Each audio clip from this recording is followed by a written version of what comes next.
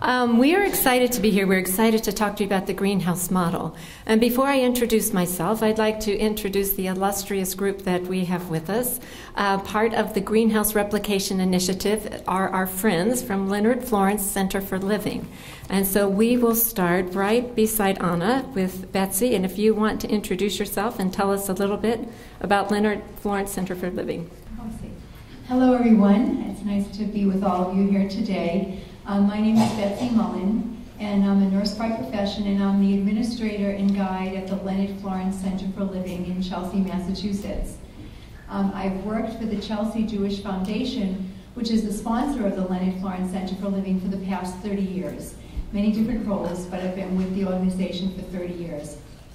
The development of the Leonard Florence Center for Living was the epitome of our culture change journey, and we were very excited about that.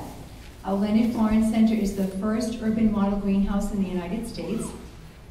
Many people think it is a greenhouse, but it consists of 10 greenhouses built condominium style on a very small parcel of property there in Chelsea, which you see on the video. The uniqueness of our building is that with the 10 greenhouses, we have quite a variety of residents that we serve. We have 5 homes that are dedicated to the care of elders. We have 3 that are dedicated to short-term rehab. And when we realized the specialness and the uniqueness of this whole greenhouse model, we decided to commit 2 of the houses as specialty residences. And so one of our houses is dedicated to those living with ALS, and one of the houses is dedicated to those living with MS, and you'll hear a little bit more about that as we go on. Hi everyone, my name is Brian O'Connor. I'm a Shahboz at the Leonard Florence Center. I've been working for the company, Chelsea Jewish Foundation, since I was 17, I'm now 28. So let's see, math, 11 years maybe? About that. I started off in housekeeping, and I just felt like I could do a lot more. So when the Leonard Florence Center was being built, I went to Mrs. Mullen and Mr. Berman, and I just said, I really feel like I can do a lot more for the residents of this place, and I'd really like to, go to school, and I was wondering if there was any way you guys would, want me over there, and they absolutely said yes, so that's how I started being a Shahboz.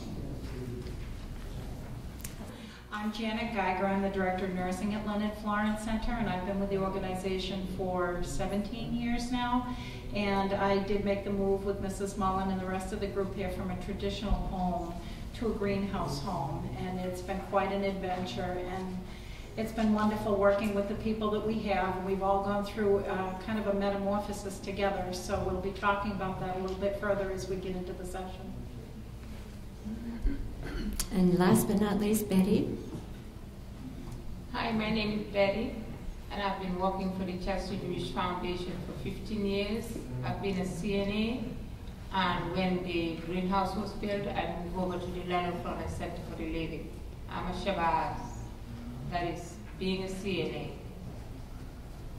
And being a Shahboz means, maybe some of you wouldn't know what a Shahboz is. Shahboz means being somebody who cares, nurture, and take care of the elderly, like we do a lot of stuff for them.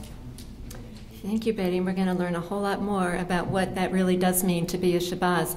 Before Anna and I introduce ourselves, I just want to acknowledge, in my opinion, I said to them when we were just getting ready to start, I said, I live vicariously through you.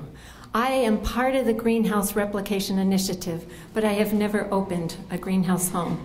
I was formerly a director of nursing at some point. I've done long-term care. I've done home care. In my opinion, this model, the greenhouse model, brings the best of both. It brings the best of home care to those needing skilled care. And for me, it's like my 2 worlds kind of came together in what I believe is a beautiful model. It's my privilege to be a part of the Greenhouse Replication Initiative. And my colleague, Anna. Hi, and I'm Anna Ortegara, and I've been hanging out being a nurse in aging and long-term care since about 1980. And it's my honor to, for the last 4 years, been a part of the Greenhouse Replication Initiative. And in my role there, I do things like help develop education and tools and innovations to support the model to go forward, and not just to open greenhouse homes, but for them to sustain and flourish. So thank you all for coming and being with us today. We're hoping you'll learn a lot about the model, but even more, hear about the stars of the show.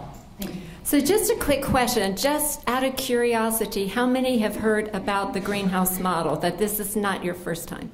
Okay, so there's a little bit of a knowledge base amongst those of you who've chosen to spend your afternoon with us. So that having been said, we really wanted to focus mostly on the workforce, because in my opinion, that's what changes so dramatically about in the greenhouse model.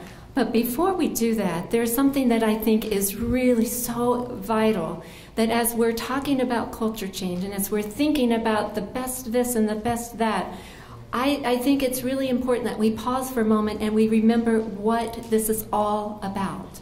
And at the end of the day, for us, it's very, very much about the elder.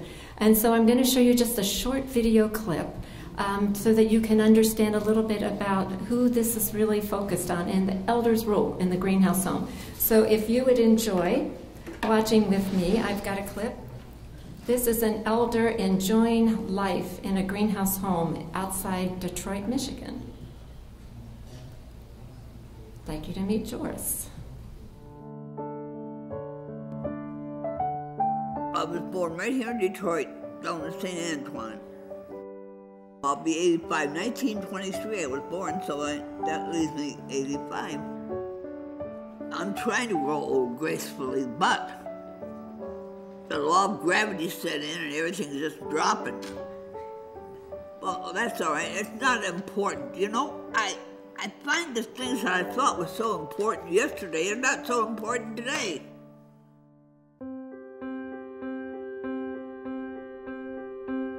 No, things are much better now than they used to be years ago. Like in nursing homes and things that were bad. Because I know my mother was in a nursing home and died in a nursing home. Her place was a lot different than what I have. It was like night and day. They never took her out of her room. When they first told me about it, they knew I wanted to come here. They knew that. I wanted my freedom. I love it here. I love my own room. And they're so kind to you here, and they're so sweet. There you go, and you got a perfect pulse, too. Just perfect all-around kid. You're a perfect 10. Very nice of you to say so. Sometimes I do give them a hard time, but they haven't thrown me out yet. This is my home. Definitely. Even when I go out to chapel, I say, oh, it's nice to get out of the room, but I say, God, it's so nice to get back home.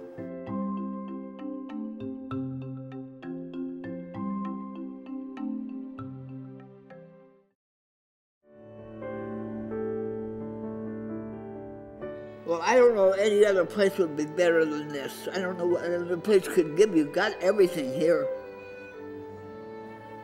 Shahboz, I love them all, but I have a couple favorites, of course. But I love every single one of them. You are good sport. A lot of people don't like changes. I do, because you never know what's around the corner. Could be something really exciting.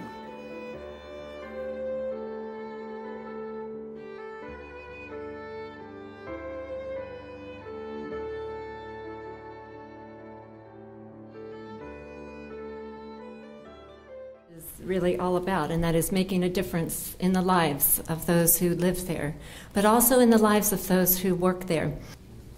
When you think about the greenhouse model, I think what's really important to understand that this is not superficial culture change, but it goes deep.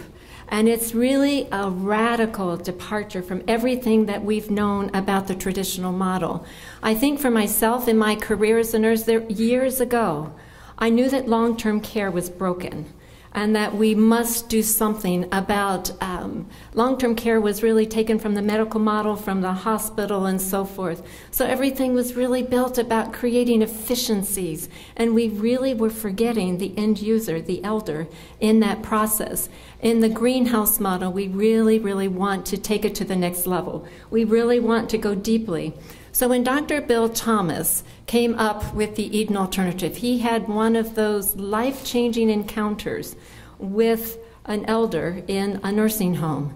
And she looked into his face and said, "I am so lonely."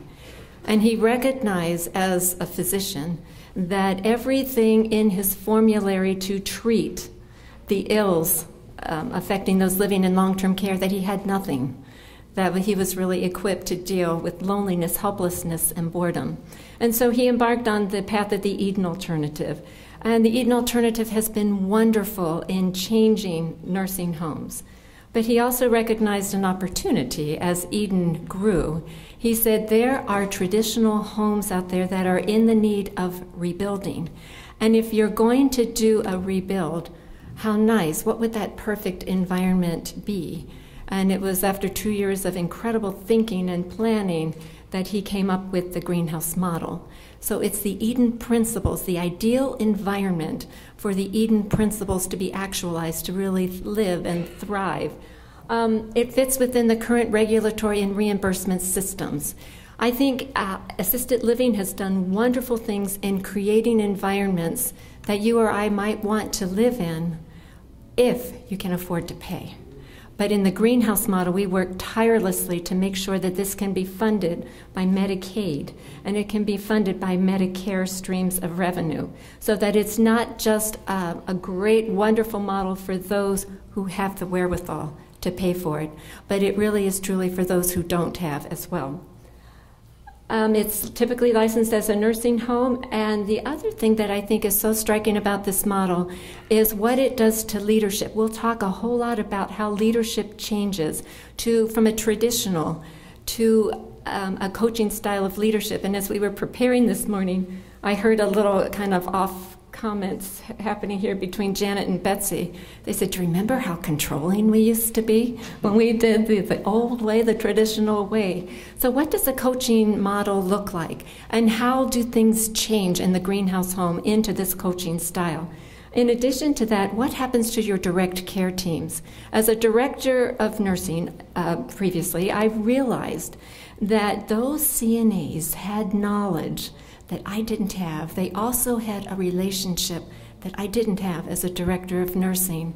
In the greenhouse model, through self-managed work teams and versatile workers, we really seek to create those conditions of empowerment where those direct care staff have a voice, and they give the elders voice to those concerns and to those things, those needs, those desires that they have. The greenhouse model, when you think about the model, I think, how many of you have thought, when you first heard greenhouse, you thought it was a place for plants? Anybody think, yeah, okay, let's be real. A few, yeah, for sure. I always like to say, well, what the greenhouse, one word, is to creating the optimal environment for plants to grow. So it is the greenhouse, two words, is the optimal environment to create growth for those who live and work there. But that having been said, how many of you thought the greenhouse, it's all about the house? That's all it is. It's just about that cute little house. Absolutely. And so many times we associate the culture change of greenhouse as being about the house. When the house is built, the culture change happens. Our environment is only 1/3 of the equation. The other 2/3 are the philosophy and the organizational changes. So in the greenhouse home, what is important is, first off, philosophically, we are going to defy every stereotype that we have drawn, those conclusions, those ideas, those beliefs that have said about aging, and that it's not a declinist view of aging, but instead we consider it to be a time of growth, that this is a developmental phase. You've heard of childhood, you've heard of adulthood, have you heard of elderhood? And that in elderhood, that is a stage of development. Growth is still possible. When your elders are coming into those homes, we view them not as broken people, but those are people, those are individuals that are creative, they're resourceful, they are whole people. In addition to that, we want to make sure that elders have the control that they need. A lot of times, Anna and I, we go across the nation, we're talking about greenhouse models, and typically in our workshops, we ask a question: what would you need if you were needing to move into a nursing home tomorrow, what would be important to you? Any ideas what people say? What do you need? Well, you need privacy. What else? What about control? Choice? Anybody about control or choice? Knowing what you're going to eat, when you're going to eat it, how you're going to eat it. A little choice, a little autonomy. That's probably the number one response that we get when we ask that question. When you make it personal, what would you need? In the greenhouse home, it's all about choice. It's about creating that environment where elders have a voice.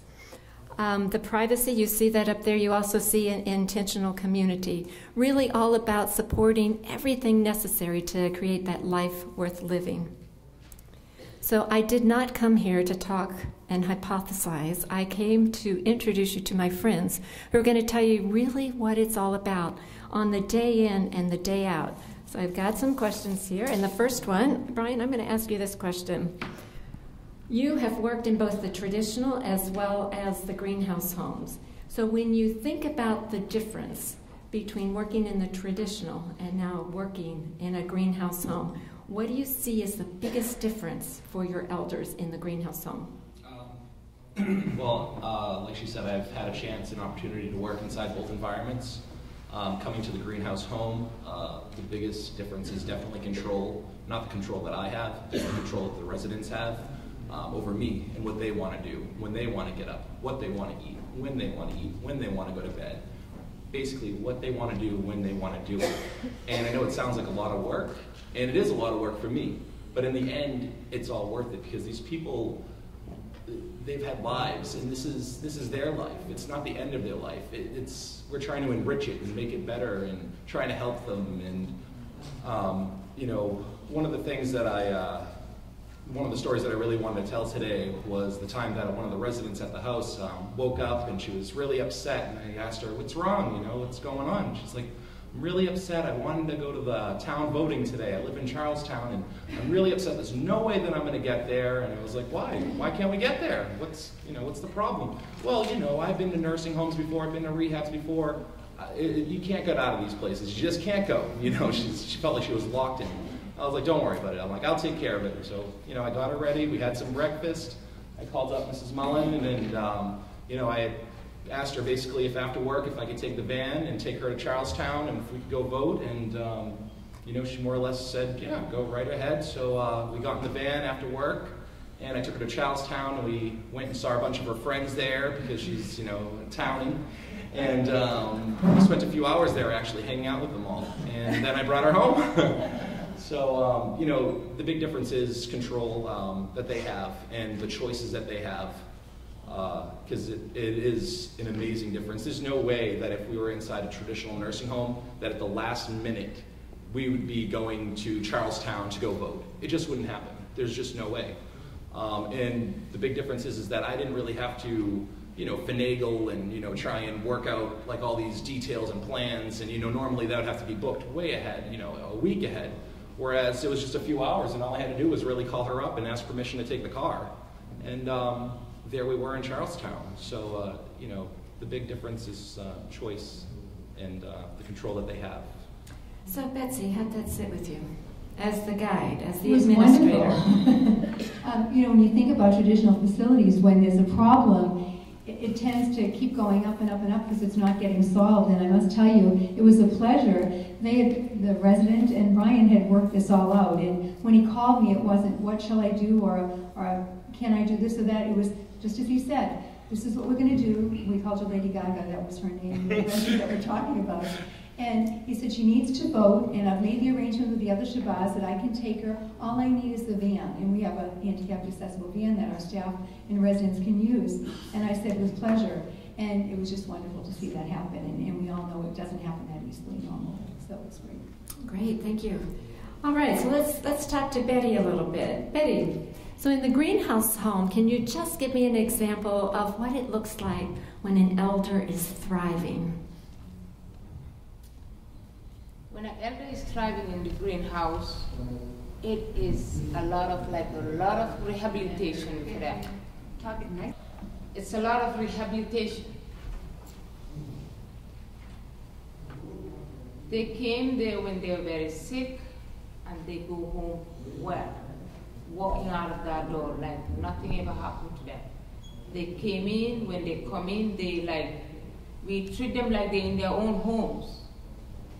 After a week or so, they're so comfortable with us, even they know our days off, the days we come to work, the hours we come to work, the hours we go home, because of it's the communication we and them, the way we communicate with them, we're always with them, we sit with them, talk with them, and it's amazing. You see them when they come in, and the way they go home, it is very touching. I could give an example of a lady who came who was very sick, and I was taking care of her. The first few days we were using a Hoya with her. Doing rehab with her, doing the rehab, negotiating with her because she don't want to get up sometimes out of bed. So we'll be negotiating with her the time to get up, the time the therapist will come and talk to her, take her to therapy, bring her back to us.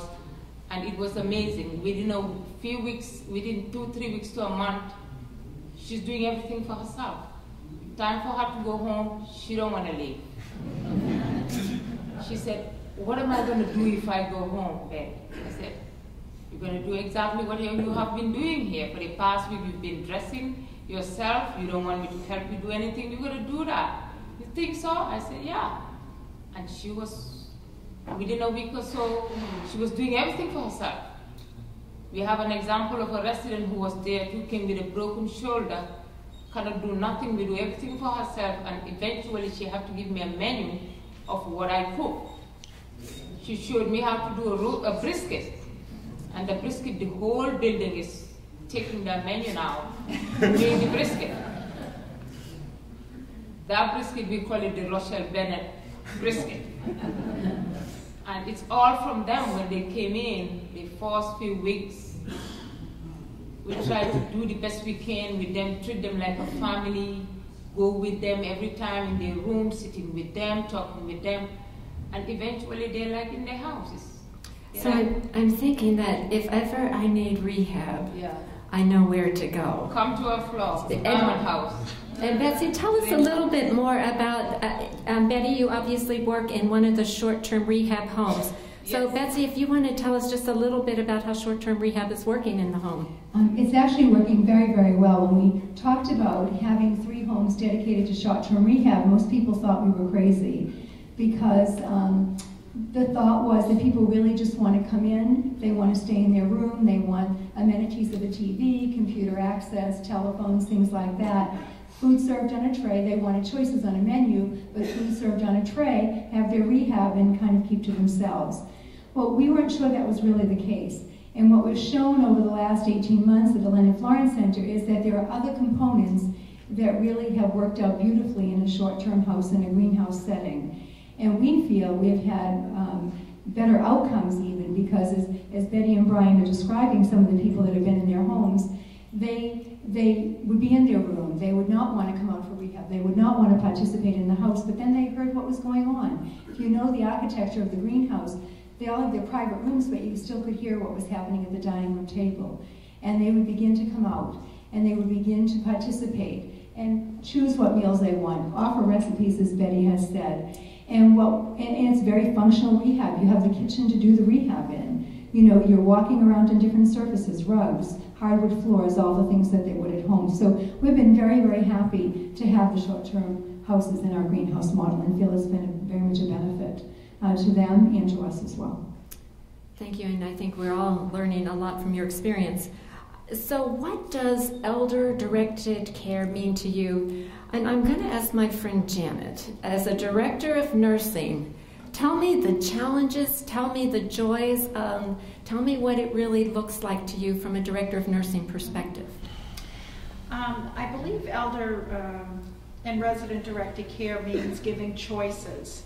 And when I say giving choices, that seems like such an easy thing to say. Oh, you have choices, you know, steak or hamburger. But it's much more than that. It's allowing people to make decisions that might not go along with your medical training. One of the examples I'd like to give you is we had a resident that was living with us who had a swallowing difficulty, and we had swallowing studies done, and everything said you need to have puree food and nectar thick liquids, and that wasn't on this resident's agenda. This resident did not think that that went along with her idea of quality of life for her. So we ended up sitting down and talking about the pros and cons of eating regular food when it looked like you really couldn't swallow it safely. And the end decision ended up being the alert and oriented elder's choice, which was to run that risk of having aspiration pneumonias. And those get very touchy because you could have the same scenario with blood sugars. Yes, they want to have that piece of cake. They don't want to have the piece of fruit for dessert. They want that cake, knowing that their blood sugars are going to run high.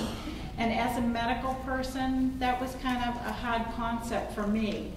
As a nurse, it certainly was a lot harder for the doctors who went over the medical records and said, what's going on here? You know, the blood sugars are high, the A1C is high. And really what it boiled down to was informed consent and allowing people to make those decisions that you and I might not choose to make, but what was the best for their life. And so we were trying to encourage them to live life to the fullest, the way they saw it, not the way we saw it. So from a regulatory perspective, what happens? Well, I shouldn't be unkind, but it really wasn't looked all that well upon initially, I think, by the powers that be that come in and inspect us every year. From a regulatory point of view, they had a lot of concerns about people being allowed to do this and allowed to do that. And I said, but you know, you also have regulations about quality of life and people being able to direct their own lives. So I think they kind of settled in as long as there was some kind of a process that showed choices were being offered and that they were informed choices. And a lot of time was spent sitting down. A lot of the physicians would come to the meetings and talk about pros and cons. And after all, we all have to kind of take that step back and say we've done the best we can. We've presented what seems reasonable, pros and cons, and people have made their own decisions. I think between a regulatory point of view, I think they've relaxed an awful lot. I know. I think in building the Leonard Florence Center, there was a lot of conversation with the rules and regulations and really what they did mean, because you're looking at a director of nursing that believes that the rules and regulations shouldn't be absolutes, they should be guides. It's not like I broke the speed limit of 40 miles an hour and went 60. But I think the regulatory, hopefully, is catching up with what we're all trying to do here in the industry. And just a comment, a couple weeks ago, I was visiting Leonard Florence Center for Living, but I wasn't alone. I was visiting with the president and president-elect for the American Medical Directors Association. And so we sat around a table with Janet and Betsy, and these medical directors, they were asking Betsy and Janet all sorts of questions about, so what are the challenges and how do you really feel when the diabetic wants the chocolate cake? And after Janet finished talking, they said, okay, we'd like to clone her and we'd like to, you know, place her in all the different organizations that we're working with, because it really does take a champion for quality of life, and it really does take someone who's willing to do the work. You know, those regulations are there totally to support quality of life and quality of care, but we have to remind the surveyors sometimes it's that quality of life. And we, in Janet's words at one point, she says, you know, we were really willing to actually take a deficiency a couple times, because a citation, because we realized that what we did was we really championed the quality of life. So moving on into our environment, when you think about the greenhouse homes, small is better. Size matters, and it's really important. We say warm, smart, and green are the guiding principles. And when you think about what does warm, smart, and green mean, warm refers to the size. When I typically do a workshop and I invite folks to go visit into a greenhouse home, we come back and we do a debrief. What did you see? What did you like? And almost always someone will say, it just felt warm. it didn't feel just empty like it often does when I go into a traditional building. So they love that warmth, that aspect that they feel that's so engaging and so inviting. The homes have a hearth, so as soon as you walk into a greenhouse home, you are typically walking into that hearth, which is the hub of community. It's that space that really draws people around. When I go to buy a house, there are a couple of things that I think about. One of those things, it's got to have a fireplace, and it's the fireplace to me that evokes a lot of memories, physically warm, but it's that emotional warmth as well that really conjures up some memories of family time. The smart has to do with technology, and in the greenhouse homes, we are really looking for those high-tech, high-touch. We are not wanting to eliminate that relational component, because in a word, greenhouse homes could be summed up in one, and that's relationships. But we really want to use technology as our friend. And I'm really excited for you to hear more about that at the end. Don't anybody try to leave before the end. There's a wonderful little video that you're going to see of Chelsea that will take us a little bit further into that. The green denotes growth. In the greenhouse home, it's really all about growing. And that's the elder growth. It's creating an environment that is a habilitative environment, that it's that environment that really prevents the excess disability. Anybody know what I'm talking about when we say excess disability? I see heads nodding, but let's talk just a second. You go to a nursing home. You're somebody that's come from the hospital. You go into a nursing home. Your room is here and the dining room is there. So even though you're working on ambulating, but you're just a little bit, you're not quite ready. So what happens when that elder gets up and gets ready to go to the dining room and is struggling to get to the dining room? They fall. Well, they could fall, or instead we're going to prevent the fall. So what might we do? Wheelchair. Get a wheelchair. And so we're going to wheel that person to the dining room. Long story short, what happens is that person, how is the ambulation going if we're taking that person? Have we created an excess disability in that process?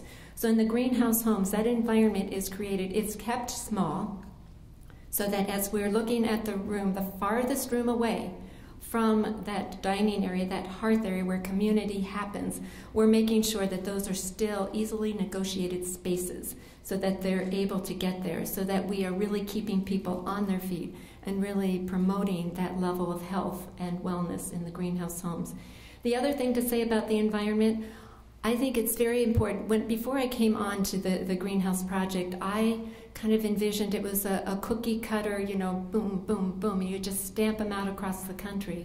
But what I really appreciate about the model and the environment specifically, we work really hard with architects to make sure that it's not cookie cutter, to make sure that home is reflective of the community in which it is. In other words, we've got homes in Seward, Alaska. I want them to look very different from the homes that are going to be built in Florida. Different climates, different types of people that live there. I'm thinking the architecture should look a little different.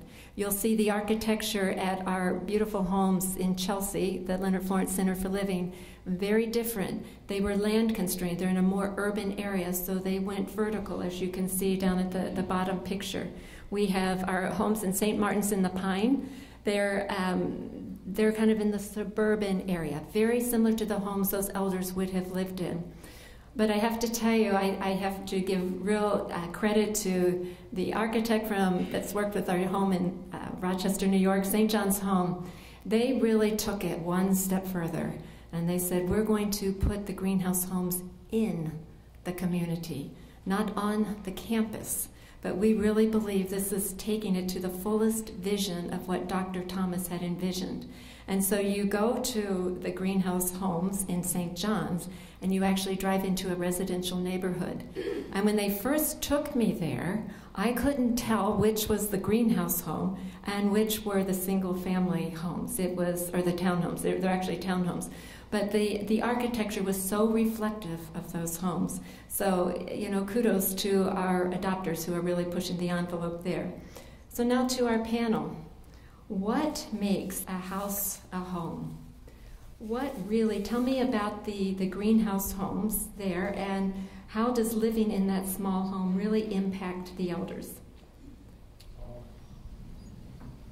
I feel like when it comes to living inside a smaller environment, inside the greenhouse home, the residents become a lot closer together, not only with each other, but also with me and Betty, because we take care of them every day. You see them sitting around at the kitchen table, talking, if someone's not coming out and not feeling well, you see them asking each other, oh, what's going on? Are they okay? Sending, cards, if they're, if one of the residents, really isn't feeling good and, they just, having an off day, they go into their rooms and talk with them and sit down and, watch TV. I feel like there's this connection that you definitely get inside a smaller environment that you don't get inside a really large traditional nursing home with long hallways and 7 nurses' aides running up and down the halls and carts going all over the place. There's just a sense of connection that you get when it's a really small environment. I just can't describe it. So when you think of the elders that you took care of in the traditional, with the long hallways, and now the elders that you're taking care of there, how does that small home make a difference? In comparison, we're taking care, there's 10 private bedrooms in comparison to 20, 21 rooms in a traditional nursing home. So you can only imagine the craziness and how far away everybody is from each other. You just feel like it's such a great distance and everything just feels very cold and too open. I can't explain it. It's just. So there is a warmth. Exactly. What I hear you saying, it's not cold, but there's actually a warmth that your elders are experiencing, and you experience with your coworker as well. Yeah, most definitely. I would like to chip in. Like in the traditional nursing home, there's a lot of patients on the floor. They could be there for months and months. They will know each other. They would just see a patient, oh, who's this? I said, she's been here for weeks, months. No, she just came in today. No, she's been here for months. So in the greenhouse, if a patient come in today, that same day they get to know each other. So something about relationships Yes. and really getting to know Yes. each other. Yes. And that's even in a rehab house, Yes. which is pretty amazing. So I want to thank you for helping us understand the philosophy, environment, and now my colleague Anna will tell you more about the organizational structure. And you probably noticed the name of this session was a team-based approach, and we wanted you to hear the other sections, but we really wanted to delve into the part that I happen to think is probably the most challenging and yet least sexy part of the model. Somehow the philosophy, elders rule, you gotta love it. The beautiful small warm homes, lovely. But what about the change in the organizational structure? And in this model, it says we put the elder at the heart of the model, and we're going to look at a couple pictures. It calls for a radical change in leadership, and it's also totally redefining the roles of the direct care workers as CNAs, as well as everybody else. This is not just about the direct care worker. And so when you look at a sort of a traditional organizational chart, it looks something like this. I recognize not every department's on there because when I did that you couldn't even read it. It was hard to put them all on. But I mean the classic idea that it's hierarchical, things are in silos, there's chains of command, decisions tend to get made towards the top, and usually people who are lower down on the organizational chart don't have a lot of formal power. Would you buy that? Is that fair? I mean, and this is obviously stereotypically a traditional organization. Who do you notice is not even on that chart? How about it? The elder. Isn't that amazing? I'm thinking if you don't even make it on the chart, you don't have a lot of power. Call me crazy. And so then when we move and we really move over and say, well, what's this greenhouse model organizational redesign? In the middle of it is the elder. I know it's a little bit small. Around it are a bunch of S's, and those S's are the Shahbozim, and those Shahbozim work in self-managed teams. And then you see these other people on there. You see a guide, you see nurses, you see therapists and social workers, you see a physician, you see a sage, and we're going to talk about all of those over the next couple of minutes. But first I want to talk about the role of leader, because often when people do know about the greenhouse model, they think about the model, they think a lot about the Shahboz, that name, and we'll get back to it. And then sometimes people will even say, you know, why do you have to have such a different name? And as if that's, and we'll talk about why the name is very important and central to the model. But before we get there, I want to talk about the guide. So the guide position is this, the person whom the Shahbozim and the self-managed teams report to. The guide is administratively responsible for that home, for each of those homes. But the guide is also becomes a coaching leader and a servant leader and a situational leader. And it's based upon a role of collaboration and trust and problem solving and listening. And how about this one? Ethical use of power and empowerment. I don't know how when have you seen that on the list before? But it's really about thinking about that guide moving into the role of a coach. And in this model, we really use the coaching approach to leading change. We've partnered very deeply with PHI around this model. And we think in terms of these skills: active listening, self-management, self-awareness, presenting the issue and problem. And you know, if this was the whole coaching 3-day workshop, we would talk about these in great depth. But for the purposes of today, I really wanted Betsy to just talk a little bit about her role. And this is like my favorite slide from some of our coaching. It says, I believe in you, and I believe you can do this job well, therefore I'm going to hold you accountable for it. And the reason I wanted to put this slide up here is because sometimes I think in this model, people have this idea, this is like everybody gone wild, like elders, you know, wild, crazy choices, and Shahbozim, do anything you want. And it's really about reflecting deep values and principles. And the guide, as a coach, is supporting people, deeply supporting people, and also balancing that with accountability. So I want to show you this beautiful picture of Betsy Mullen with Dr. Bill Thomas and Robert Jenkins. And so would you be willing to say a few words about moving from a fairly traditional organization where you were, I think in your career you've been a DON and other points, but at this point you were an administrator, and you need to, I have to say one thing just so I don't confuse things. In this model, the Shahbozim don't report to a nurse who's in a nursing administrative position. Betsy is in the role of the administrator and the guide for the Leonard Florence Center for Living. So, and that's going to become important later on. So I guess, can you talk a little bit about your new role and contrast that about? I think one of the most important things, and we thought about this very seriously opening up Leonard Florence Center, is who were going to be the people working there. The architecture, the redesign, the organizational redesign are important, but so much of the individuals that on a day-to-day basis care for the residents. And we say residents because we have people living in our greenhouses from age 32 to 102. And so we spent a lot of time recruiting and finding the right staff. Just as that slide before said, you have to believe that the person that's going to do the job of being a Shahboz is capable and is going to be accountable and do what you need them to do. So we spent a lot of time giving thought to what kind of individuals we wanted and going through a major recruitment process to find the right individuals. Not every CNA can be a Shahboz. And I think Brian and Betty would can talk a little bit more about that. But once we found the right people, I think it gave me and much of our other leadership team a confidence level that they could do the job. They could make this transition and make our greenhouses what we wanted them to be.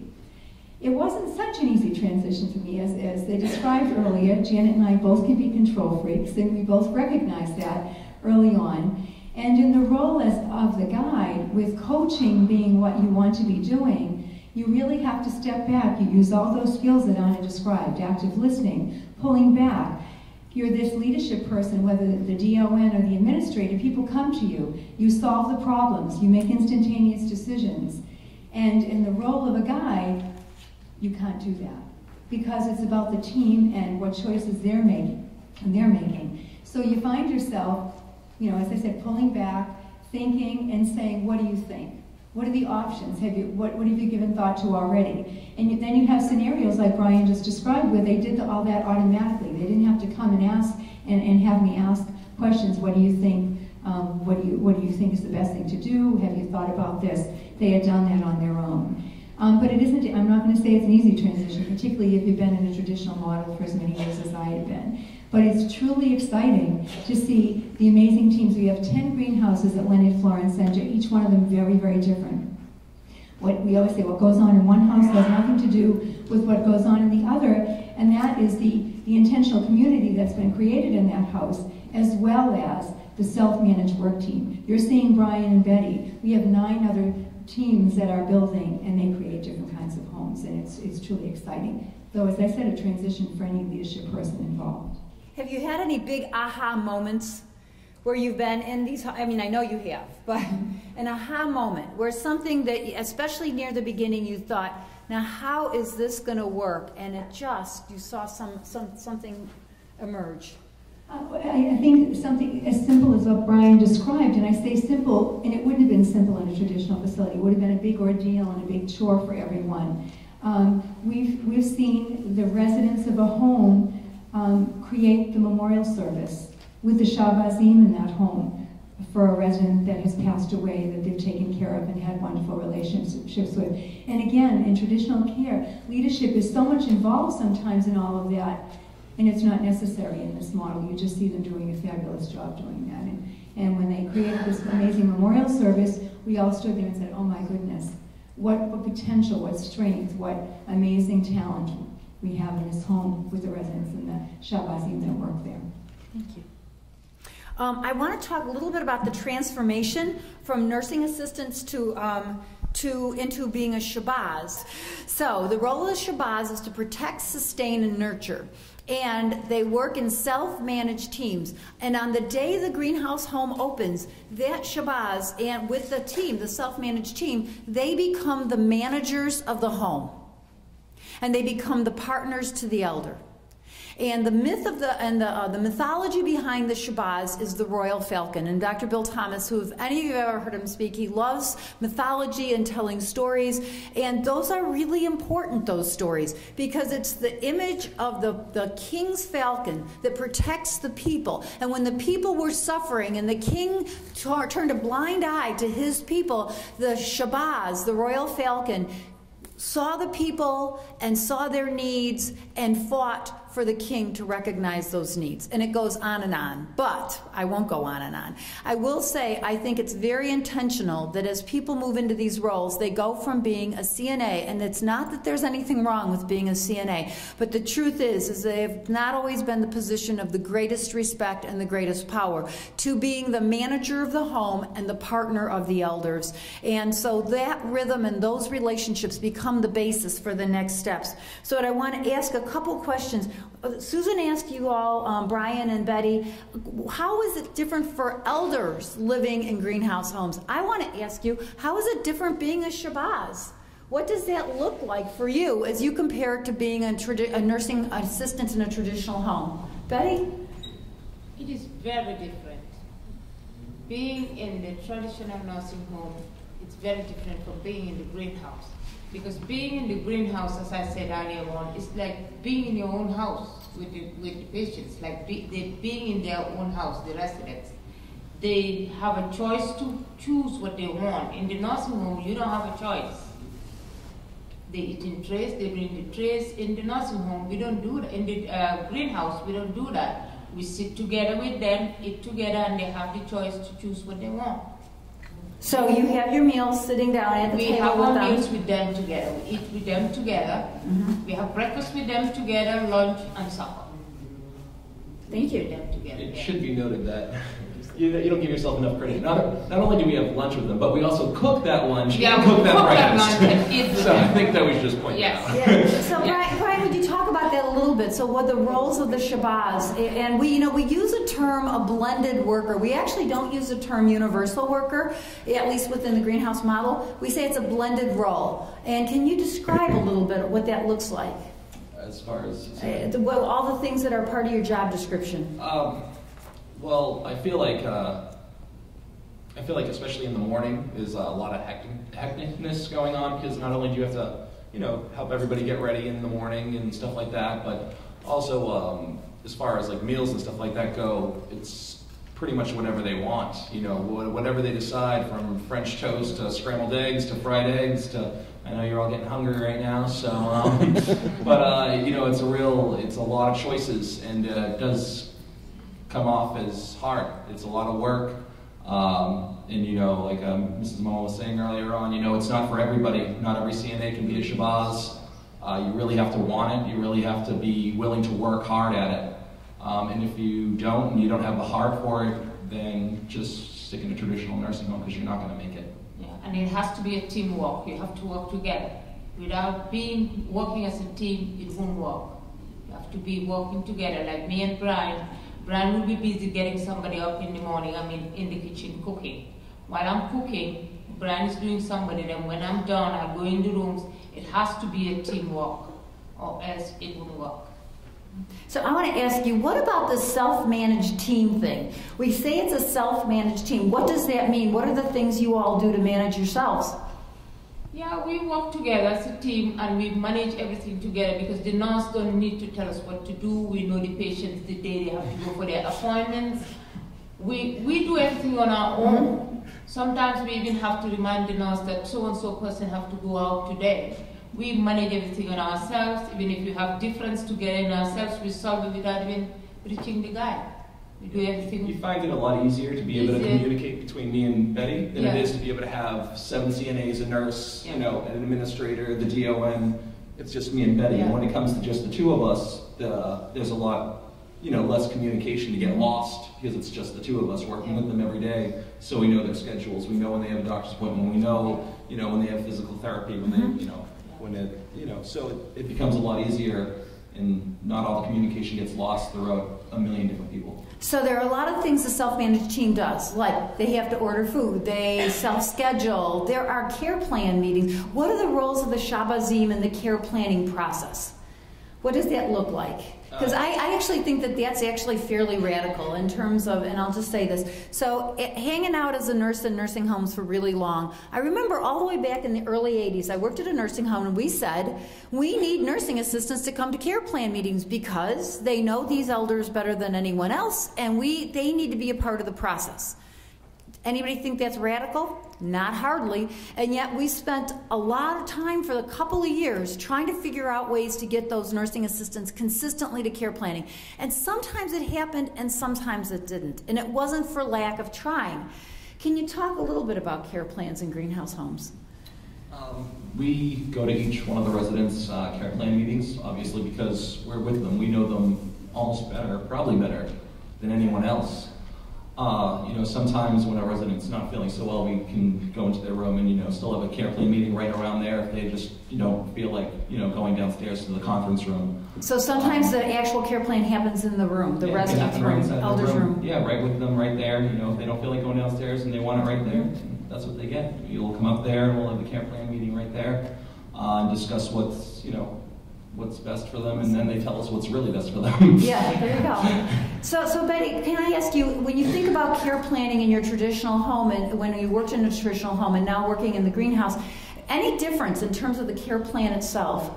Yes, there's a lot of difference, because the care plan meeting that we used to have in the nursing home, the residents don't normally come to it. It was only us, the nurses, and the physical therapists. But now when we're having the care plan meetings, they're all there. We bring them together with us so that they will hear all what we're saying in the meeting. So it's a big difference. It's a big difference. Yes. The shift is really now elder-centered, yes. Resident-centered. Yes. Thank you. I guess I want to ask you one more. So if you had to tell someone about being a Shahboz, and Brian, you said this like 3 times, this is not an easy job. Pretty much every Shahboz I've ever talked to across the country has told me that. This is not an easy job. So what makes it work? Why do you do it? I mean, it's hard work. Yeah, it is a lot of work. That's the 4th time I've said it. But when it comes down to it, I feel like actually it's a lot less stressful than it would be inside in a regular nursing home. Why? Talk about that. When it comes to, like we had said before, when it comes to teamwork, and when there's just 2 of us, there's a lot less stress. More. Yeah, it's a lot of communication. More and less stressful, I think. But it's a lot of work. But why is it less stressful? Because it's We together, the two of us, and we work as a team. Okay. In a nursing home, normally, they don't work as a team. Everybody have your own assignment to do. And we've gotten to know the residents so well, even after like the first couple of days. Yes, we got to know what they want, what they want to eat, what they want, what time they want to get up. But in the nursing home, it's not like that. And over there, they have the choice. In the greenhouse, they have the choice to get up whenever they want. In the nursing home, it's different. So it all wraps around the elders' rhythm, their choices, Yes, what they and want. then it's about you two being in relationship And negotiating with them what they want. and negotiating with them what they want. Yes. Sounds good. I thank you. I want to ask Janet just a couple of questions, and then we're pretty much ready to open it up to questions. So, Janet, as a nurse, as a fellow nurse, I have to say that maybe this is one of the other big radical part of the model, and that is Shahbozim do not report to nurses in terms of their normal reporting mechanism. The nurses are moving from a more traditional charge nurse role where they are doing clinical assessment and care planning and medications and treatments and really assessment and planning and then evaluation. They're still doing all of those things, but the thing that changes is the actual role of the charge nurse. So they are being more fully a clinical professional, a nurse in a greenhouse home because they're spending their time around the clinical work of nursing. That's the goal. And so the role of the nurse in the greenhouse model is to be a care role model and a gerontological, or if you're working with younger adults, then a clinical expert with those particular populations of people. It's to be a care partner and to be a teacher and a mentor. And that's the model. So I guess I want to ask you, Janet, would you be willing to talk a little bit about what that felt like organizationally for nurses to move out of the charge position and to be more fully in the clinical role? And what that looked like? They do attend to the clinical issues, but there's a lot of trust that has to be built between the Shahboz and the nurse.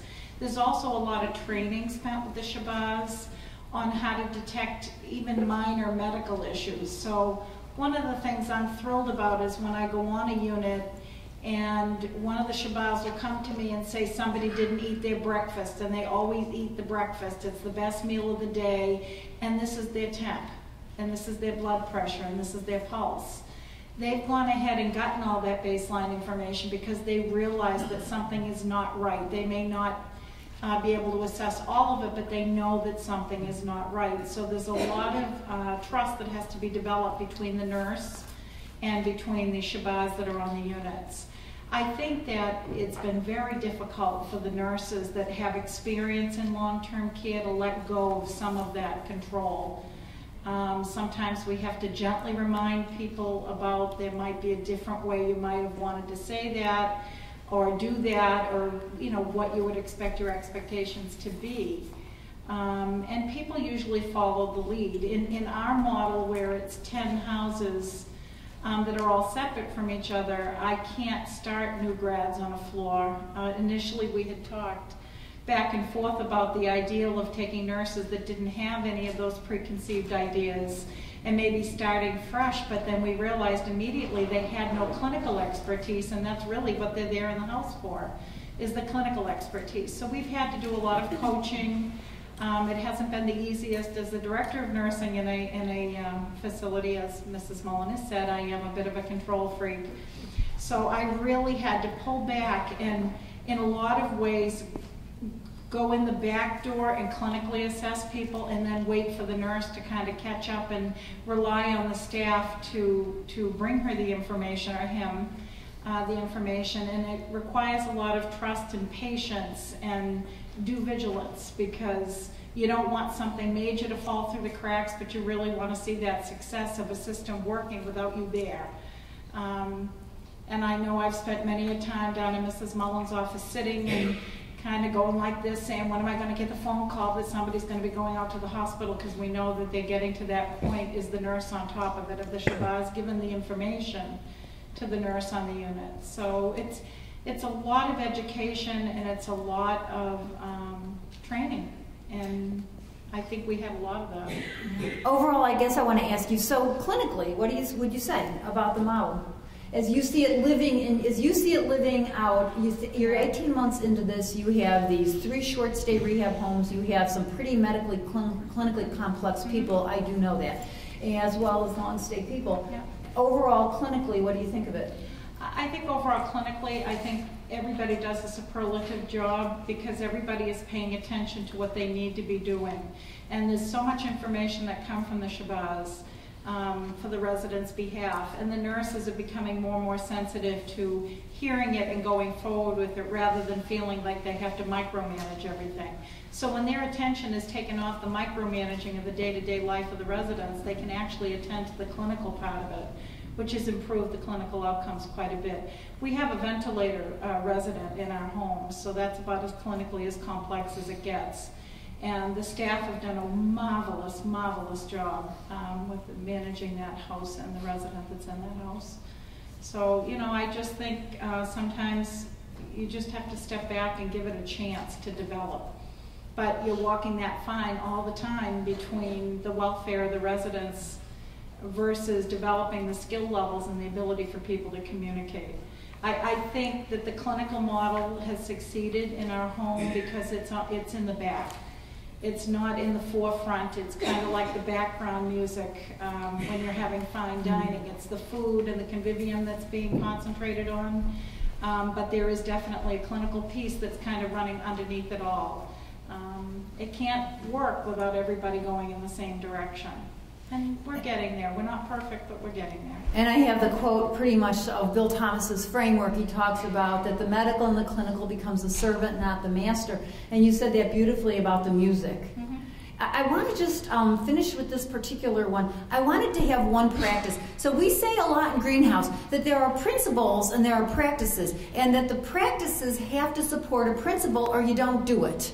You don't just do it. You're not just building a house with 10 people because it's a nice idea. It is a nice idea, actually, but you're doing it based upon a principle. And we have this thing called convivium. And in convivium, it's all about the food being cooked fresh and hot in the house. And it's about it's not simply about the fact that people smell the food and can give their brisket recipe, although that's good, that they can that they eat all together and that the staff sit down and eat at the table with the elders, which is terrific. These are all these different parts. It's even because in this model, the food being cooked in the home allows for flexibility. So Brian and Betty are in that home. They are working together as partners. Could you imagine if the food was cooked down in the somewhere else and got delivered? Immediately, what happens? You've got a schedule. The food's going to arrive. It has to come at a certain time, and it comes at 12:30. And so all that flexibility around Betty and Brian being in relationship with the elders, and if all the elders one day wake up, so what would happen if one day all the elders slept until 10 o'clock, 10:30, and they all got up and had a big breakfast at like 11 o'clock? So would you cook lunch at 12? Normally they eat at 12, but it can be way later. Actually, I remember at the very beginning, you know, one of the whole things is there's no schedules, no time limits, nothing. And at the very beginning, lunch was running a little bit late. I was totally not even worried, not a care in the world, you know. I was actually sitting down with one of the residents talking while the food was finishing cooking. I didn't even set up the table yet. Mrs. Mullen had come up on the floor, said I'm in trouble later. She had come up to my house, and she looked around, and she kind of looked at me, she goes, "Why isn't lunch on the table?" I'm like, "Oh, Mrs. Mullen." I'm like, "This is the greenhouse." I'm like, there's no, yes. She asked me if I had forgotten about lunch. I'm like, "Oh, Mrs. Mullen." I'm like, "This is the greenhouse." I'm like, "There's no time limits here." Did you forget that we were in a greenhouse? Yeah, I'm trying to think back, 18 months ago. So that was at the very beginning, and you know, you kind of, so I even catch myself sometimes. You have to remember that this is totally different. It's a total different model of care. It's, you know, a lot more relaxed, and it's a lot easier when you start letting go of time limits and restraints, and you have to be here, and you have to have this done. You lose a lot of the stress in it all. Betty, anything you want to say? Yes, even breakfast time, they could eat as early as even 6 o'clock, 5 o'clock if they want for breakfast. Mm-hmm. Because I could fully remember one day I overslept. I start working at 6. My shift is 6 to 2:30. And I overslept. There's one of the residents who always like to eat breakfast early at 6:15, 6:20, and he didn't see me. He kept telling the nurse, "Where is she?" Where is she? The nurse said, "Who?" "The cook." The cook. "Yeah, where's Betty?" The lady who I gets said, the breakfast out. "Yeah, you're right. I haven't seen her." So the nurse checked and see I was supposed to be there. 6:30, nobody saw me. And he was like, "We need to find out. Maybe something is wrong with her." They called me. I was fast asleep. I overslept. So now I came in. I went home later. I'll be there at 7. 7 o'clock I came in. "Where were you? My breakfast is late." I said, "You woke me up." Darn it. That's right. So for that elder, that morning, they didn't get breakfast when they wanted. But I guess that's the real world, okay? Thank you. Those are both really, really good stories. We've had some great research. The early research really showed that there was a deep improvement in quality of life, resident satisfaction, family satisfaction. I mean, and we have all these articles on our website, and that's all good. But the thing that people often said, the truth is people would go, "Yeah, greenhouse, it sounds lovely." I mean, nobody usually doesn't think it's a good idea. The thing they struggled with was, is it financially viable? Is this a model that's financially viable? And, people all say, "We do it except it can't possibly work financially." Well, it does. Let me just say this. And the article in the Senior Care and Housing Journal is a peer-reviewed journal article that looks at 2 studies primarily, and does a review of other studies that really show it is very operationally viable. In fact, it's very matched in cost operationally, and sometimes even a little bit less than traditional nursing homes. I'm going to let Betsy, if she's willing to, talk a little bit about their financial experience so far, but to let you know that I'm not going into all these numbers except to say it shifts time, especially workforce time, out of other departments, and it shifts it into the role of the Shahbazim. It also moves some middle management kind of time out of there. And what ends up happening is you have kind of a shift of time into the greenhouse homes. Now, I'll just say this to you. If you decide to do greenhouse homes with us, and that would be lovely, you really have to pay attention to the workforce model, because if all of a sudden you started changing that around, it may not be as financially effective. And so it's very important to understand that the model itself really ensures that you will have good financial outcomes, but we also have the outcomes of quality of life and quality of care that say that the model works. Betsy, would you be willing to talk? I know you're not going to go into a deep financial conversation, but... No, we're seeing what you're describing in the study. And I think when we were in the process of contemplating building greenhouses, we gave a lot of thought to financially how it would be, discussions with the greenhouse and research of our own. And that is really in part why we have the homes that we do. We have performed in such that the majority of our population is on a, mass health benefit, living with us long term, and our Medicare population helps to subsidize that. The 2 specialty homes that I talked about obviously cost more in terms of care, etc., than our other houses would be. So we're not a perfect match to a lot of other models, but I think that's very true what you're saying. And also, about what percentage of people who are long stay are on subsidized by mass aid? About? High, over 70%. Over 70%. And I wanted her to say that out loud because very much they do have a strong Medicare short stay program, they do, but also they are serving a large number of people who are state subsidized. And that's been important. Our mission. As an organization, the Chelsea Jewish Foundation has always made it a mission to care for the frail, poor elderly of the Chelsea community and the surrounding area. Chelsea is the 2nd poorest community in the state of Massachusetts. So that's the geographic base that we're drawing from. And as I said, we gave a lot of thought, which is why Rehab is there subsidizing, sort of the robbing Peter to pay Paul principle, but it has worked, and our findings will be pretty similar to your study as well. Thank you, Betsy. So what I want to do is I want to say that we do a lot of work with different states around regulatory processes to support the incentivizing greenhouse. CMS has been very supportive of us and of the model itself, and we have many greenhouse homes. In fact, we have really 113 homes open right now who've been through surveys, who've done fine. They're on 27 campuses in 18 states. There's another couple hundred that are at some point of development. And so we really feel that this is no longer in its infancy. It's probably still before adolescence, perhaps, as a model, but it's really beyond infancy. It's no longer a question, can this work? Is it safe? Do people like it? Or even, can it work financially? It can do those things. Do I think it's simple as we go forward and we understand that there's complexities around funding cuts and about capital costs? It's not a completely simple picture, but having said that, there's work that we do with organizations around financial feasibility models for people to be able to look at their own scenario testing, looking at real costs for building and staff, for reimbursements, for size, and that you can do good financial modeling to understand what the real cost for you might be. What I want to do is really stop there and just open it up for questions. What kind of questions do you have? You're going to have to stand up and speak loudly, but we'll answer, and I'll repeat the questions as well. Who has any questions for anyone on the panel? Yes? To the Shahboz, what kind of prior cooking experience and passion for cooking did you have prior to the training?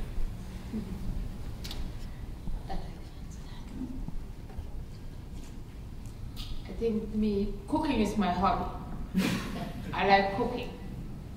And we have a training before we started the classes. We have classes that we did the safe science test, safe serve test, which we did and we passed it from the state. How about you, Brian? Was it your passion? Well, I wouldn't say exact passion. I live with my grandmother, and I take care of her. And I've been taking care of her for the last couple of years since she's been sick. And I cook for her 4 nights a week. So that's actually how I started to cook, and actually started to enjoy it, because I figured if I'm going to do this, I might as well enjoy it. So as I went along with taking care of her and cooking different things for her, that's kind of how I started to learn, and I kind of brought some of my own little, twist to it to the greenhouse. And part of the model, some of you probably know this, there's an entire 120 hours of education that staff go through, and some of it is around person-directed care and rhythms of the day and Eden principles and all of that, and a lot of the things that Janet said around some of the really clinical, picking up in, clinical findings and being able to communicate those. But there's also an entire program around culinary, serve safe, as well as CPR, first aid, so that really there is a whole body of knowledge people get before they go in. And as Betty said, they had to pass the test. Nice job. And serve safe. Because remember, every one of those kitchens in a greenhouse home is looked at by a surveyor as a kitchen in a nursing home. So that's how it's surveyed. More questions? Yes? There's been a lot of talk about letting go of control. And I'm a controller. So I'm hearing some of these things that are going like, how do you do this? Okay. Yeah. So just, for example, the afternoon that you took your resident to vote, and that was 3 hours after work, and you get to toss the keys to the company van. I mean, how have you found in terms of overtime and liability and covering things that we wouldn't normally? They're crazy, aren't they? Just kidding. When you see the video, you'll see how crazy we are when you see some of the things that our residents do. It was important to this resident to do that. And we have, thank you, Brian, I forgot about that. Again, we are sort of on the crazy side. We have always been sort of outside of the box as compared to a lot of other places. Another day Brian might leave earlier, or maybe it was going to be some extra hours that particular time to have her do that. But again, in the scope of what we're providing as quality of care and quality of life to someone, that was important, and we made the decision to do it. We have our vans. We own 3 vans that have been basically donated to us by other people. And as long as we have the insurance coverage, and Brian is capable of driving that, as are many of our other staff. And we, as an organization, have taken residents to the Bahamas on a cruise. There is tremendous liability, but we've always said, Brian made sure the family was aware that Lady Gaga was going. She wanted to go. And when we've taken residents on trips to different places, something can happen anywhere. They can fall down on their way walking from their bedroom to the dining room table. So it's a matter of, taking a look at risk, but as Dr. Thomas would say, the upside of risk in terms of improvement of somebody's life. And you'll find us being probably more risk-taking than some other places might be, quite honestly. And we're okay with that. Do the guides then provide guidance in terms of staffing and overtime limitations or whatever? Absolutely. Betty and Brian may switch their time, or people in their home. We have a system where they record it so everybody's aware that the changes have been made and there's accountability for that. But they would say, I've switched my time with so-and-so, Betty's working for me, or Maria, somebody on the other schedule. And if it meant overtime for some reason because there's an event or a concern or a problem in the family, they would come and talk about that and say, you know, we've tried to do everything we could. This is what we see as an option. You know, is this okay? Is this going to work? And I think that we've always tried to be open about that. Great. Go ahead, sir. So I'd like to know if not only you and you work in the team, you may be more than two. Yes. Is there also a team leader? Because it's a team-based approach, I heard. Yes. So let me repeat that. So the question was, because they work as a team, but there's more than that. The team is not just the people on the day shift or during the day. It's all the people who work in the home. So what is the structure of those teams? Yes. We have other shifts like 7 to 3, 3 to 11, 11 to 7. And each shift consists of 2 Shahbozes. So we always have a coordinating meetings that we have. And we have a team coordinator, we have caretaker coordinator, care coordinator, and a housekeeping coordinator, and activities coordinator. So everyone kind of takes on a different role. Yes. And as you go along, we change it up a little bit if we feel, you know, like we want to. I feel like I'm great at housekeeping because I had done it for so long, so I've held on to the role as king. Yes. So, yeah, but we definitely switch up the roles as we go along. I always take the care plan coordinator because I take care of the ADL books and try to tell the Shahbozes to fill the books if they don't do it, and see what the patients need, their needs are. If they need anything, I tell the nurse, or anything that is done, they want to communicate to the nurse sometimes, I do that. And I just want to tell you one thing about the model itself, just a little bit, is that the goal is that there are these coordinator roles, and they are shared, and that they're actually rotated. So there's not a team leader, like you would say, oh, well, is there like a team leader all the time? Mm-hmm. There are basically 5 roles, and a team coordinator, a care coordinator, a food coordinator, a scheduling coordinator, and a housekeeping coordinator. And then those coordinators, actually, the goal is, and of course every greenhouse is slightly different, but the goal is that everyone in the home takes turn in those roles, because then they all know how to run the house, because these are these key constructs of running the house. So, and I realize people do it some a little different, but the problem is if you have like one person who says, I am so good at scheduling, I will just do it from now until I die. The problem with that is that means that that person then ends up owning that. And that is actually that's actually not supportive of the overall model, because if you own it, then somehow I don't have as much responsibility. But if I'm going to do it next, in a couple of months, I have way more investment in this being in the process. Anyway, I'm sorry. Yes, go ahead. I'm hearing your model, your staffing model is about 1 to 5. I've had 2 questions from staff that have come to me. In their mind, somehow they imagine these 2 people in this home, somebody falls, someone's incontinent in their room, and somebody's cooking eggs, and how am I in the bathroom and on the toilet and taking care of this person, and someone falls, and now I'm in the middle of cooking dinner. They just in their mind can't see that 2 people can do that with 10 residents all over a house. Have you ever, what do you do? I mean, that just doesn't happen. One of the safety features that we built in was we have what we call code blue buttons that are on the resident units and in the common areas of the facility. So even the secretary downstairs that answers the phones, if there's an emergency, that she can hit the code blue button, and then there's like millions of us that show up in 30 seconds or less. In fact, there's so many people that show up. One of my first jobs in making sure that the emergency is being handled properly is to say, you can go, you can go, you can go, because they come out of the woodworks. And then my second question is, you have multiple small homes or greenhouses. 10. So if you're doing staffing and if you're on a campus, you only have 1, with all the excessive training that these specialty folks have, somebody goes on, gets married, they're gone for 3 weeks or whatever. Do you use PRN people? How do you fill in the blanks when you don't have We have some Shahbozim that actually float house to house to fill in. Only has 1 house.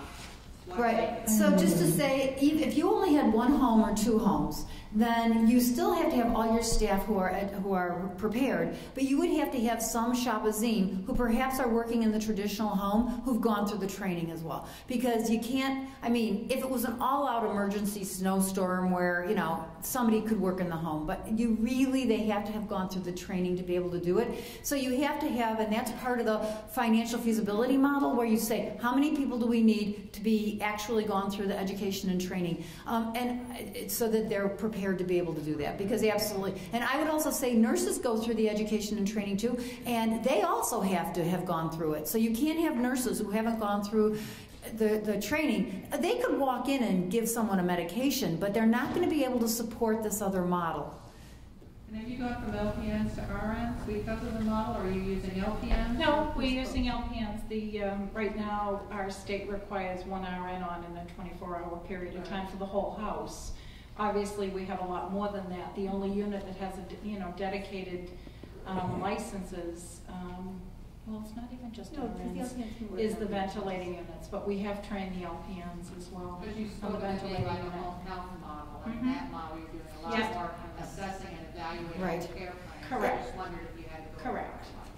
Let me get a couple more questions in. Go ahead, sir. Yeah, can you give me an idea, based on any modelling you've done, on the difference in cost between the traditional nursing home and the greenhouse? So there's really a lot, and rather than try to answer that, I would like to give all of you a free copy of the NIC Journal, because it really goes into that with great depth. And so I could just tell you, we've got data that shows that it's operationally the same. Capital costs are different, but even there, I mean, because obviously you have to have the money, whether you're going to borrow it or raise funds. However, even in the capital cost, if you're an organization that's building from scratch and building private rooms, then this model, building greenhouse homes, is about in the middle of the costs to build new, something that's private rooms, private bathrooms. And so capital costs are very comparable, not at the high end of new building construction. Operational costs are very matched or even a little bit lower than a traditional nursing home, but you don't have to believe me. What I'd like to ask you to do is one of two things. Either leave your card and I'd be glad to send you a PDF of the article, or come down to our booth and we'd be glad to give you a copy. It was in senior care and housing in September. If you're feeding people what they want to eat, how do dietary requirements get met? Yeah, we don't have any. I'm kidding. That was so they have to be in full compliance with all. They have to be in full compliance with all the regulations. And we have a dietitian who visits per the regulatory statute in our state and monitors that, to make sure that meal planning is done. They create menus, and she reviews all of those to make sure, it has to be a woman. She'll review them to make sure that they meet the necessary. So I get what I want to eat as long as I eat what you want to serve me? No, absolutely not, absolutely not. If someone was asking for chocolate every day, whatever, the Shahbozim are going to talk to Jean, our dietitian, and say, we're really concerned about Mrs. So-and-so. All she's eating is chocolate candy bars. She has diabetes, whatever. And then they would sit together as a team and review that. The dietitian visits all of the houses and talks to the Shahboz. Yeah, and I do want to talk about the fact that we have grossly simplified the dietary consistencies. We have a house, a no concentrated sweets, a no added salt. Then we have the consistencies of house regular, ground, and puree with the different liquids. So we don't do a 2-gram sodium diet, we don't do a low cholesterol diet, we've really streamlined the diets, liberalized it, so it makes it so much easier for us to be able to serve people what they want and have the most nutritious meals. Even when we serve puree, it's done while the food is still hot, and it's served right then and there. It's not something that comes out of a jar or out of a can or anything like that. What I'd like to do is take one more question, then I want to show you the film. We'll stay around, though, to answer any other questions after it, because it's kind of amazing. Yes? I just was wondering if your staffing ratios improved from when you were traditional into the greenhouse. So the question is, was the staffing ratio, has it improved from when you were a traditional home? It's different than our traditional home, because we worked in a 123-bed skilled nursing facility, which was 3 units of 41 residents in each house. And for example, on our night shift, there would be how many? Two aides per house. Per unit. So it'd be 6 CNAs taking care of those residents. And in the greenhouse, we have one Shahboz for each of our 10 houses. So 10 people. Mm-hmm. Just to say in general, it's not that there's more staff or less staff, it's different staff. It's configured the actual pure numbers are very similar, meaning some of the people taking care of elders are also, you have to count the cook. You've got to count the housekeeper. When you look at all of those different people who are contributing to that care, it's really not more or less, it's just different. It's configured very differently. I want to show you this film, and then we will stay around for all questions that you would like to ask. This is, if I could just give you an introduction, this is a video of 4 residents that are living at Leonard Florence Center, and at the end you'll see some of their activities. But again, it goes back to what I said about the greenhouse being a very special model of care. We have residents from 32 to 102 that will hopefully be living with us for many, many years. And you'll see some of the younger people in this video. Opposite us.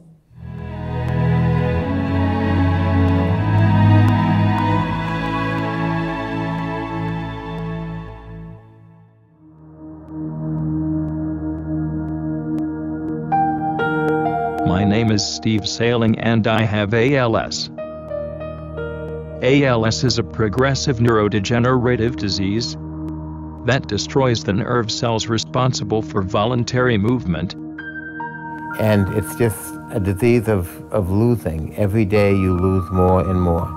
You lose your ability to speak, you lose your ability to use your arms and legs. The individuals are imprisoned in their own bodies, while their mind is intact and very, very sharp. I had been a successful landscape architect for 13 years. I first met Barry Berman in the spring of 2007. He ran a traditional nursing home and wanted to do something radically different, called the Leonard Florence Center for Living.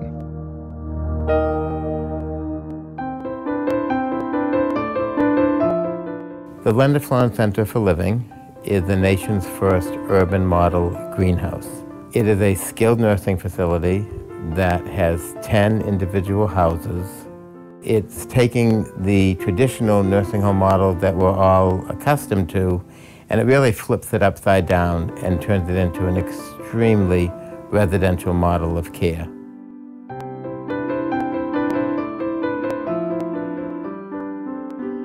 We went to a symposium to learn about ALS. And who was at the symposium but Steve Sailing? At the time he was walking, he was talking, he was driving, he's an architect, and he was there to learn about what housing options would be available to him once his disease progressed. From there, an incredible friendship was born. Steve worked on the residence that he knew he was going to live in. He designed all of the technology for the house that he knew he would live in, and we named it the Steve Sailing ALS Residence for Steve. Hello, my name is Patrick. I have ALS, also known as Lou Gehrig's disease. When we first met Patrick, he was living in a chronic care hospital, and life at the Leonard Florence Center for Living is a totally different existence for Patrick. Patrick is up every day, Patrick is showered, and Patrick has as much independence as possible. I have never met a more disabled, alive, alert individual in my life.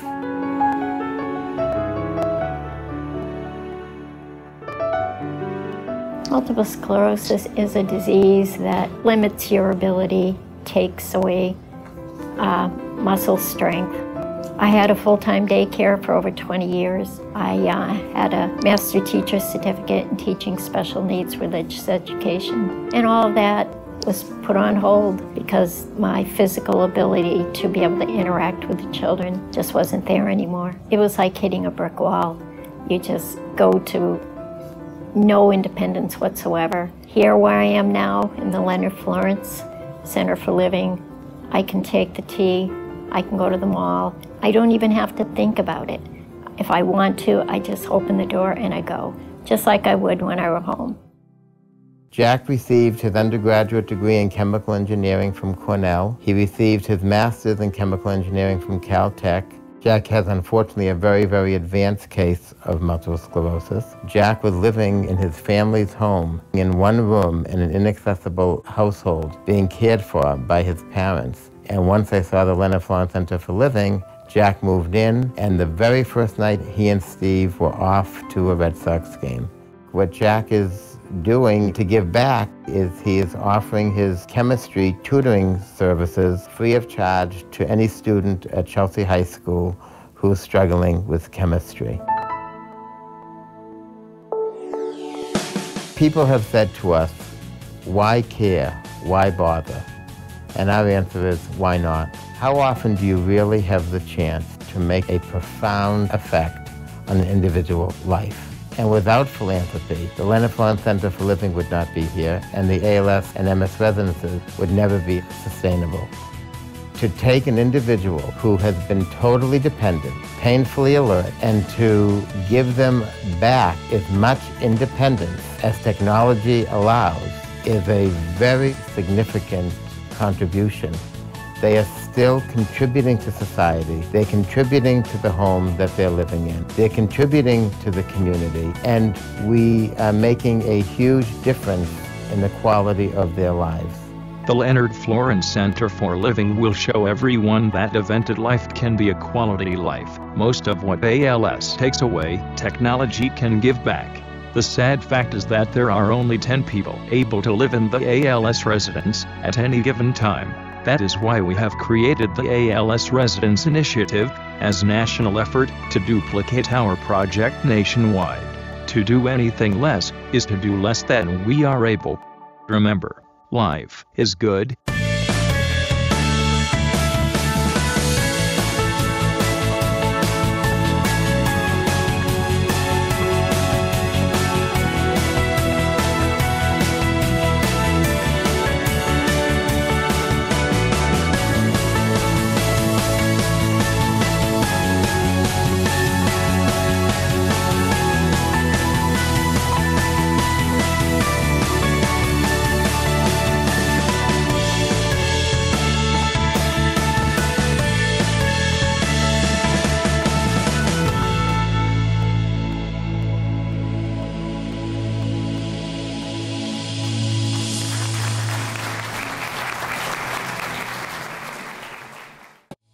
So what you just saw was amazing. It's quality life at its finest. Would you join me in a round of applause for our panel?